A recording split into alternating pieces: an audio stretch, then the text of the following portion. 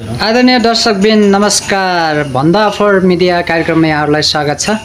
आज काठमाडौँको माइती घर मन्दिलामा एकजना हाम्रो सर भेट्नु भएको छ। सल्यान जिल्लाबाट भन्नुभएको छ। उहाँको परिचय सहित के को कामको कुन कामको उद्देश्यले आउनुभएको यसको बारेमा हामीले यो भन्दा फोर मिडियामा उहाँको केही कुराहरू राखौँ, भनाइहरू राखौँ भनेर हामीले उहाँलाई चाहिँ यस कार्यक्रममा स्वागत गर्छौँ। सरलाई स्वागत छ। सबैलाई नमस्कार। मेरो नाम खुमराज विकर। हाल अहिले के भन्छन् अहिले हामी विशेष गरी काठमाडौँमा एउटा दिदीबहिनीको माग पुराको लागि चाहिँ हामी यहाँ आएका छौँ। जब तक सरकारले सुन्दैन हाम्रो माग तब तक हामी सरकारलाई चाहिँ घचाइरहनेछौँ। हजुरहरूको माग के हो?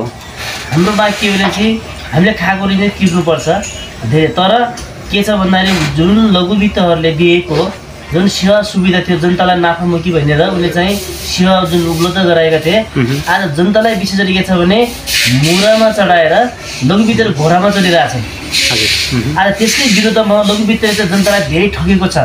जुन एउटा नेपाल राष्ट्र ब्याङ्कको निर्देशका विपरीत काम गरेको कारणले गर्दा हामीले खाएको ऋण तिर्छौँ, तर हाम्रो हिसाब किताब क्लियर चाहिँ हुनु पर्यो। उसले फिर्ता दिनु पर्यो नि। 33% 42% दिएको छ, त्यो चाहिँ लुटेको पैसा चाहिँ फिर्ता चाहिँ गर्नु पर्यो। त्यसपछि जब तक उसले चाहिँ लुटेको पैसा फिर्ता गर्दैन तब तक चाहिँ हामी यो ऋण तिर्नलाई हामी चाहिँ इच्छुक छैनौँ।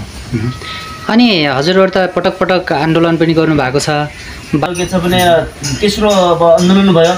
अब सिधै हाम्रो जब तक सरकारले माग पुगेन भने जसरी पहिला 2051 सालमा जनयुद्ध सुरु भयो त्यसरी जनयुद्ध सुरु भएर अब लघुवित्तलाई चाहिँ गाउँबाट खेद्नुपर्छ। जब गाउँबाट खेदिसकेपछि अनि किन जानु को जान्दैछ। सरकारले अन्तिम अवस्था सुन्नै पर्ने हुन्छ।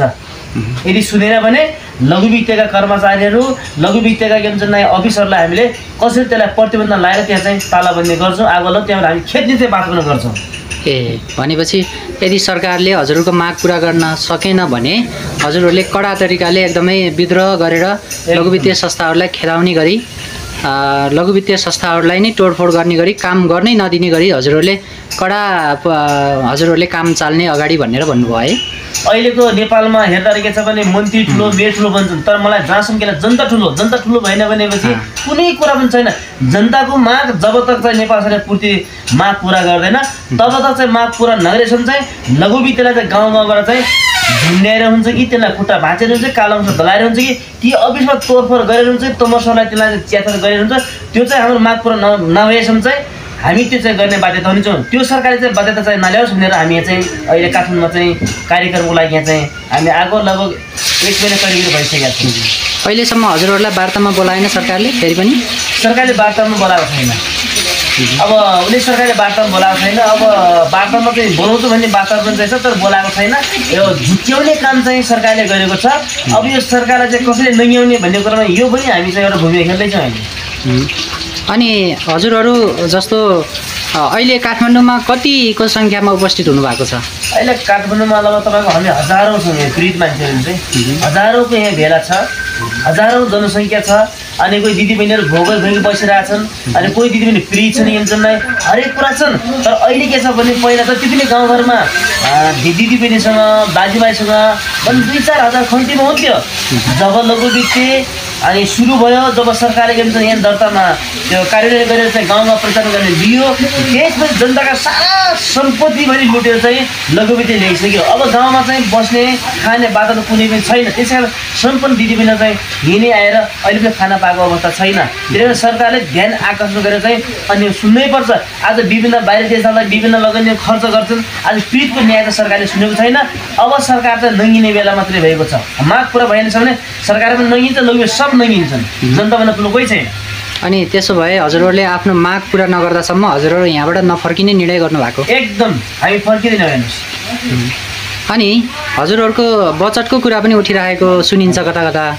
अनि हजुरहरूको बचत चाहिँ अहिलेसम्म लघुवित्तीय संस्थाहरूले फिर्ता नगरेको हो कि कस्तो हो?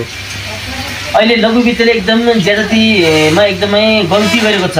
अहिले हाम्रो बराबर तपाईँको 1 लाख तपाईँको बचत छ भने उसको 20,000 रुपियाँ ऋण छ भने उसको 20,000 को ऋण चाहिँ उसले 24% लगाउने, 15% लगाउने। अनि हाम्रो 1 लाख को ऋण चाहिँ उसले के भन्छ भने अस्तित्व चाहिँ मानेको छैन। यो पनि त्यसले गर्दा के छ भने हाम्रो 20 हामी 20,000 रुपियाँ तिर्नु छ, 80,000 बजेट छ भनेपछि उसले हाम्रो बजेटलाई के भन्छ देख्दै कि 80,000 को लागि उसले कालो सूची बनाएको नि मान्छेलाई धम्की दिने प्रतिबद्धता के भन्छ लघुवित्त धेरै ठाउँमा गरेको छ।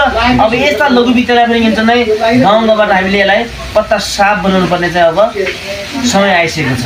भनेपछि हजुरहरूको माग लघुवित्तीय संस्थाहरूलाई खारेज गर्नुपर्छ भन्ने पनि हो?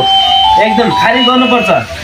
किन खारेज गर्नुपर्छ भन्दाखेरि के भन्छ लघुवित्तीय भनेको विशेष गरी गाउँमा गएर के भन्छ नै गरिब दुखीलाई के भन्छ नै एकदमै सेवा सुविधा गरेर विभिन्न प्रकार चाहिँ लगानी गर्नु पर्यो।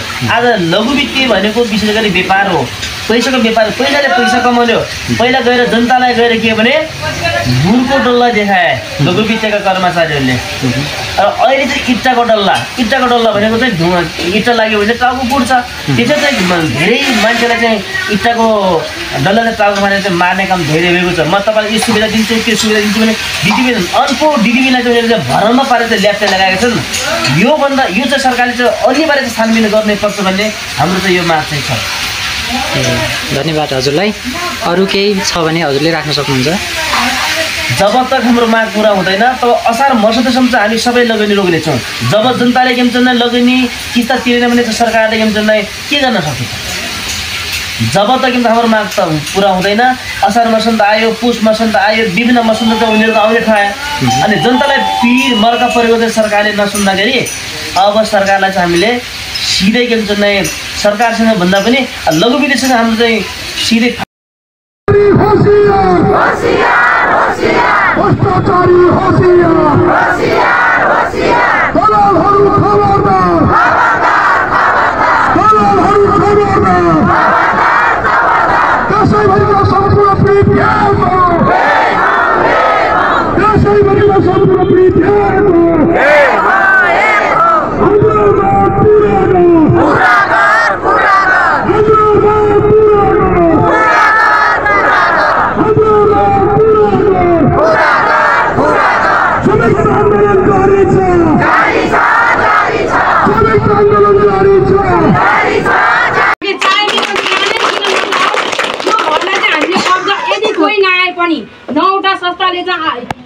जनाएको छ आउँछन् पनि, तर भोलिको दिन जे परे पनि आइसिएफसीलाई चाहिँ हामी छोड्दैनौँ।